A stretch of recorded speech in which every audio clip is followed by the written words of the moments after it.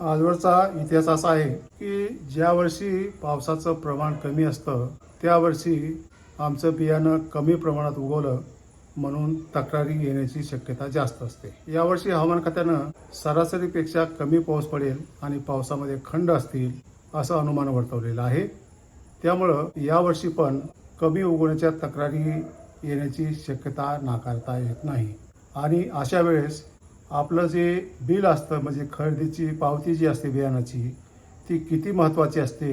कमी पाऊस झाला, निकृष्ट बियाणं जर असेल तर आपल्याला नुकसान भरपाई मिळण्यासाठी पावती किती महत्त्वाची आहे आणि त्या पावतीवरले रकाने परिपूर्ण भरलेले आहेत की नाही हे पाहणं शेतकऱ्यांनी किती गरजेचं आहे याचीच माहिती मी आपल्याला आजच्या व्हिडिओमध्ये देणार आहे। नमस्कार, मी डॉक्टर तुकाराम मोठे, सेवानिवृत्त कृषी सहसंचालक डॉक्टर तुकाराम मोठे या यूट्यूब चॅनलवर आपल्या सर्वांचं स्वागत आहे। बियाणं कमी उगवलं की शेतकरी कृषी विभागाकडे किंवा ग्राहक तक्रार मंचाकडे तक्रारी करत असतात। बियाणे कायदा 1966 यामधील नियम क्रमांक 10 अन्वये जर निकृष्ट दर्जाचं बियाणं असेल तर अशा प्रसंगी त्या कंपनीनं शेतकऱ्यांना नुकसान भरपाई देण्याची तरतूद आहे। ज्यावेळेस आपण तक्रार करतो त्यावेळेस कृषी विभाग किंवा ग्राहक तक्रार मंच आपल्याला पावती विचारतो, तुम्ही हे बियाणं कुठून खरेदी केलं आहे, त्याचं पक्कं बिल कुठं आहे।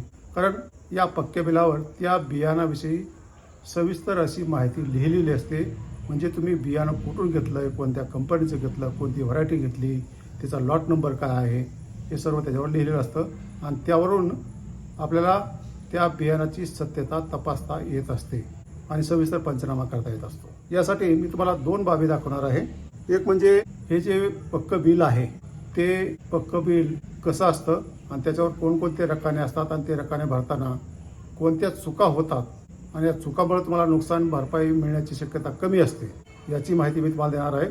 हे जे पक्कं बिल तयार केलं जातं त्या बिलावरली जी बरीचशी माहिती असते ती त्या जे बियाणाचं पाकिट असतं त्या पाकिटावरलं जे लेबल असतं त्या लेबलवर लिहिलेली असते, त्याचीच माहिती हा दुकानदार आपल्या पक्क्या बिलावर करत असतो। मला मी एक उदाहरणादाखल बिल दाखवतो। यामध्ये कुठल्या दुकानदाराची प्रचार प्रसिद्धी करण्याचा हेतू अजिबात नाही, फक्त ते बिल कसं असतं, त्यामध्ये कोणकोणते रकाने असतात आणि त्यामध्ये कोणती माहिती भरली जाते हे समजण्यासाठी मी तुम्हाला हे बिल दाखवत आहे। हे जे बिल असतं ते फार काळजीपूर्वक भरलं का नाही पाहण्याची जबाबदारी ही संबंधित शेतकऱ्याची असते। हा जो बिलाचा नमुना आहे हा बियाणे कायदा 1966 अंतर्गत ठरवून दिलेल्या दुकानदाराला की याच प्रकारचं बिल असावं। तर आता हे जे तुम्ही स्क्रीनवर बिल पाहताय त्या बिलावर त्या दुकानदाराचं नाव आणि पत्ता असणं गरजेचं आहे, तो आपल्याला लिहिलेला याच्यावरून दिसून येतोय। दुसरी महत्त्वाची बाब म्हणजे तुम्ही बियाणाच्या डाव्या साईडला जर पाहिलं तर बिल नंबर तो कधी छापलेला असतो, कधी हाताने लिहिलेला असतो, तर तो लिहिणं फार गरजेचं आहे। त्या बिलावर बिल नंबर आहे का नाही, तो टाकलाय का नाही हे तपासून पाहणं फार गरजेचं असतं।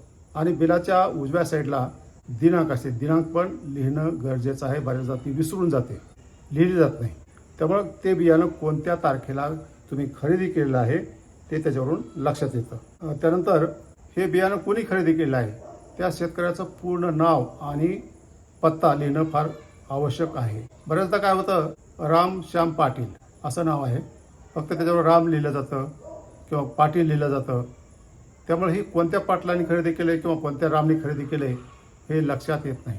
त्यामुळे राम श्याम पाटील असं पूर्ण नाव जे आहे ते लिहिलं गेलं पाहिजे आणि तो कोणत्या गावचा आहे, कोणत्या तालुक्याचा आहे, कोणत्या जिल्ह्याचा आहे हे पण त्याच्यावर नमूद करणं फार आवश्यक आहे। तुम्हीच बियाणं घेतलंय हे यावरून या नावावरून सिद्ध होत आहे। त्यानंतर आपण बिलाच्या खाली घेऊ, जो पहिला रकाना आहे तो तपशील आहे। या तपशिलामध्ये म्हणजे तुम्ही कोणत्या पिकाचे बियाणं घेतलेलं आहे आणि कोणता वाण निवडलेला आहे। म्हणजे तुम्ही सोयाबीन घेतले समजा, तिथं सोयाबीन लिहिणं गरजेचं आहे म्हणजे पिकाचं नाव आलं। आणि दुसरं कोणती जात निवडलेली आहे, कोणती तुम्ही जात खरेदी केलेली आहे, तर त्यामध्ये समजा MAUS 162 हे वाण निवडलेलं आहे तर त्या MAUS 162चं नाव तिथं लिहिणं गरजेचं आहे। किंवा तुम्ही कापूस असेल मग कापसाची कोणता वाण तुम्ही निवडला आहे ते लिहिणं या बिलावर आवश्यक आहे, बंधनकारक आहे। बऱ्याचदा काय होतं की नुसतं सोयाबीनच लिहिलं जातं तपशीलमध्ये, पण त्याची व्हरायटी कोणती आहे ती व्हरायटीच लिहिली जात नाही। दुसरा रकाना जो आहे तो कंपनी, ते बियाणं कोणाचं आहे, महाबीजचं आहे किंवा कुठल्या अन्य प्रायव्हेट कंपन्याचं आहे तर ते तिथं लिहिणं गरजेचं आहे. त्यानंतर तिसरा जो रकाना आहे तो अत्यंत महत्त्वाचा आहे, तो म्हणजे लॉट नंबर. म्हणजे एखाद्या कंपनीने सोयाबीनची MAVS 162चं बियाणं मार्केटमध्ये आणलं तर ते एकाच लॉटचं नसतं, अनेक लॉटचं बियाणं ते तयार करतात, व्हरायटी जरी एक असली तरी. त्यामुळं कोणत्या लॉटचा हे बियाणं आहे तो नंबर लिहिणं गरजेचं असतं. आणि हा जो लॉट नंबर आहे तो तुमच्या बियाणाची जी टॅग आहे, जी खून चिठ्ठी असते, त्या खून चिठ्ठीवर लिहिलेला असतो. तोच बॅगवरला जो लॉट नंबर आहे तो इथं लिहिणं गरजेचं असतं, फार महत्त्वाचं आहे. त्यानंतर एक्सपायरी डेट, त्या बियाणाची एक्सपायरी कधी होणार आहे, म्हणजे ते मुदत बाहेर कधी होणार आहे तो रकाना इथं ते तारीख लिहिली पाहिजे. त्यानंतर पॅकिंग, ती पिशवी किती किलोची आहे. समजा मका आहे 4 किलोची असते पॅकिंग एक पिशवीची, तर तिथं 4 किलो लिहिलं पाहिजे. किंवा BT2 आहे तर एक पाकिट समजा 475 ग्रामचं असतं, तर ते 475 इथं लिहिणं गरजेचं आहे. त्यानंतर तुम्ही किती नग घेतले सोयाबीनचे, 5 घेतले असतील, 5 पिशव्या घेतल्या असतील तर 5 इथं लिहिणं गरजेचं आहे. आणि एका पिशवीची किंमत किती आहे त्याचा दर लिहिणं गरजेचं आहे. आणि त्याची एकूण किंमत किती झालेली आहे हे लिहिणं गरजेचं आहे. आणि सर्वात शेवटी या बिलाच्या खाली ज्या दुकानातून तुम्ही हे बियाणं खरेदी केलेलं आहे त्या दुकानदाराची सही असणं फार गरजेचं आहे. आणि ज्या शेतकऱ्यानं हे बिल खरेदी केलेलं आहे त्या शेतकऱ्याची सहीसुद्धा असणं या बिलावर फार गरजेचं आहे. म्हणजे परिपूर्ण बिल तुमचं असं तयार होतं. तर आता टॅगविषयी म्हणजे खून चिठ्ठीविषयी आपण माहिती घेऊ. आता ही जी खून चिठ्ठी असते तर पूर्वी काय असायचं, कापडी पिशव्या असायच्या आणि या कापडी पिशवीवर शिलाई मारून एक कागद शिवलेला असायचा आणि या कागदावर छापेल किंवा हाताने लिहिलेलं त्या बियाणाविषयी माहिती असायची. परंतु अलीकडच्या काळामध्ये काय झालं आहे, प्लॅस्टिकचा जमाना आहे, प्लॅस्टिकच्या बॅगमध्येच ते बियाणं विकलं जातं. तर त्या प्लॅस्टिकच्या बॅगवर हा टॅग तिथं छापला जातो आणि त्या बियाणाची माहिती त्याच्यावर लिहिली जाते. आता आपण मार्केटमध्ये 2 प्रकारचं बियाणं घेत असतो, एक म्हणजे सर्टिफाईड म्हणजे प्रमाणित बियाणं आणि दुसरं म्हणजे ट्रूथफुल म्हणजे सत्यप्रत बियाणं. आता सर्टिफाईड बियाणं मार्केटमध्ये फार कमी झालेलं आहे. सर्वच कंपन्या आता ट्रूथफुल बियाणं बाजारामध्ये आणतात. सर्टिफाईड बियाणं असेल त्याच्यावर निळा टॅग असतो, हे कायद्यानं बंधनकारक आहे कलर. आणि जर ट्रूथफुल बियाणं असेल म्हणजे सत्यताप्रत बियाणं असेल तर त्याच्यावर हिरवा रंग असतो. आणि ह्या ट्रूथफुल बियाणामध्ये जी माहिती आहे प्रत्येक कंपनीनं ती छापणं फार गरजेचं असतं. आता पहा तुम्ही याच्यावर काय लिहिलं आहे, नेम ऑफ द क्रॉप म्हणजे कोणते पीक असेल त्याचं पिकाचं नाव, व्हरायटी म्हणजे तो कोणता वाण आहे. समजा सोयाबीन आहे, सोयाबीनचा MAVS 71 वाण आहे तर तो वाण इथं लिहिणं गरजेचं आहे. त्यानंतर लॉट नंबर, हाच लॉट नंबर तुम्हाला पावतीवर लिहावा लागतो. त्यानंतर सीड टेस्टिंग डेट म्हणजे बियाणं पाकिटात भरण्यापूर्वी प्रयोगशाळेमध्ये जी तपासणी होती त्याची तारीख. आणि त्यानंतर व्हॅलिड अप टू म्हणजे हे बियाणं कधीपर्यंत चालू शकतं, म्हणजे त्याची एक्सपायरी डेट काय आहे, फिजिकल प्युरिटी किती आहे, जर्मिनेशन किती आहे म्हणजे उगवण क्षमता किती आहे. उगवण क्षमतेची जी टक्केवारी आहे ती ह्याच्यावर लिहिलेली असते. साधारणतः सोयाबीनमध्ये काय असतं की 70 ते 80% उगवण क्षमता असते. समजा आता कमीत कमी उगवण क्षमता टॅगवर 70% छापलेली आहे. मग ह्या 70%पेक्षा जर तुमची उगवण कमी झाली तर ते बियाणं निकृष्ट दर्जाचं किंवा सदोष आहे असं आपण मानतो. आणि त्यानुसार मग त्याला आपल्याला नुकसान भरपाईला आपण पात्र होतो. त्यानंतर त्यामध्ये जी इनर्ट मॅटर म्हणजे बाकीचा काय काळी कचरा आहे का, त्याचं किती टक्के प्रमाण आहे, मॉइश्चर किती आहे, असं हे लिहिलेलं असतं. त्यानंतर महत्त्वाचं म्हणजे कंपनी आणि कंपनीचा ॲड्रेस. या 2 बाबी पाहिल्यानंतर आणखी 2-3 महत्त्वाच्या बाबी आहेत. त्या कोणत्या आहेत तर आपण जे बियाणं खरेदी करणार असतो ते बियाणं परवाना असलेल्या दुकानातूनच खरेदी करणं गरजेचं आहे. आणि खरेदी केल्यानंतर त्यांच्याकडून पक्कं बिल घेणं गरजेचं आहे. आणि ही पक्कं जी बिल आहे आणि त्या बियाणावरले समजा टॅग असेल तर तो टॅग आणि ती पिशवी आपण हंगाम संपेपर्यंत जपून ठेवली पाहिजे. त्याचबरोबर शक्य असेल तर त्या पिशवीतलं काही बियाणं तुम्ही राखीव पण ठेवलं पाहिजे घरी. म्हणजे एखाद्या वेळेस उगवण क्षमता कमी आली तर कृषी विभागाचे जे अधिकारी असतात ते बियाणं आपल्याकडून घेऊन जातात आणि त्याची प्रयोगशाळामध्ये जर्मिनेशन टेस्ट करतात. म्हणजे ते किती प्रमाणात उगवतं आहे हे तपासून पाहतात. त्याच्यावरून ते बियाणं चांगलं आहे की निकृष्ट दर्जाचं आहे हे कळण्यास मदत होते. बरेचसे शेतकरी हे बियाणं राखून ठेवत नाहीत, ते ठेवलं पाहिजे.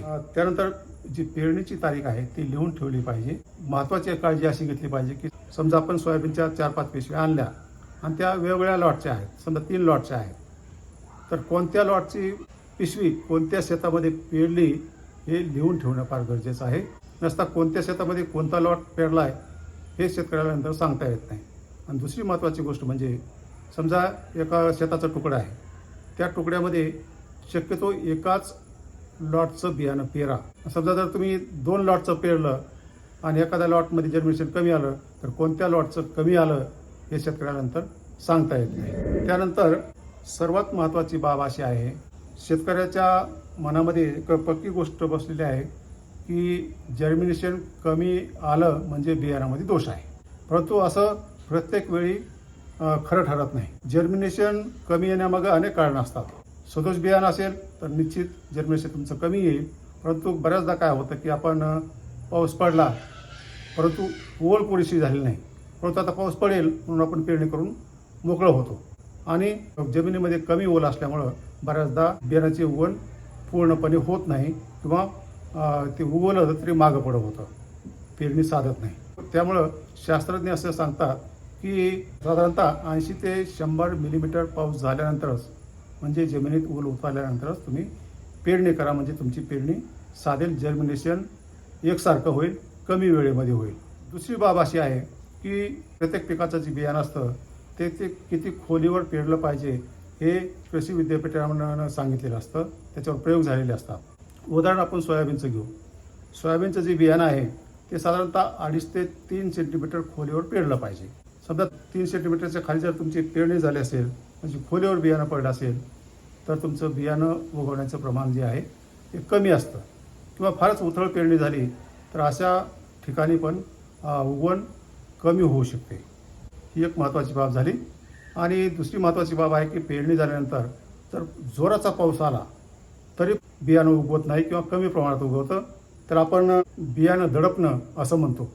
अशा प्रकारे कमी पाऊस झाला, निकृष्ट बियाणं जर असेल तर आपल्याला नुकसान भरपाई मिळण्यासाठी पावती किती महत्त्वाची आहे आणि त्या पावतीवरले रकाने परिपूर्ण भरलेले आहेत की नाही हे पाहणं शेतकऱ्यांनी किती गरजेचं आहे हेच मला या व्हिडिओमध्ये तुम्हाला सांगायचं होतं. धन्यवाद.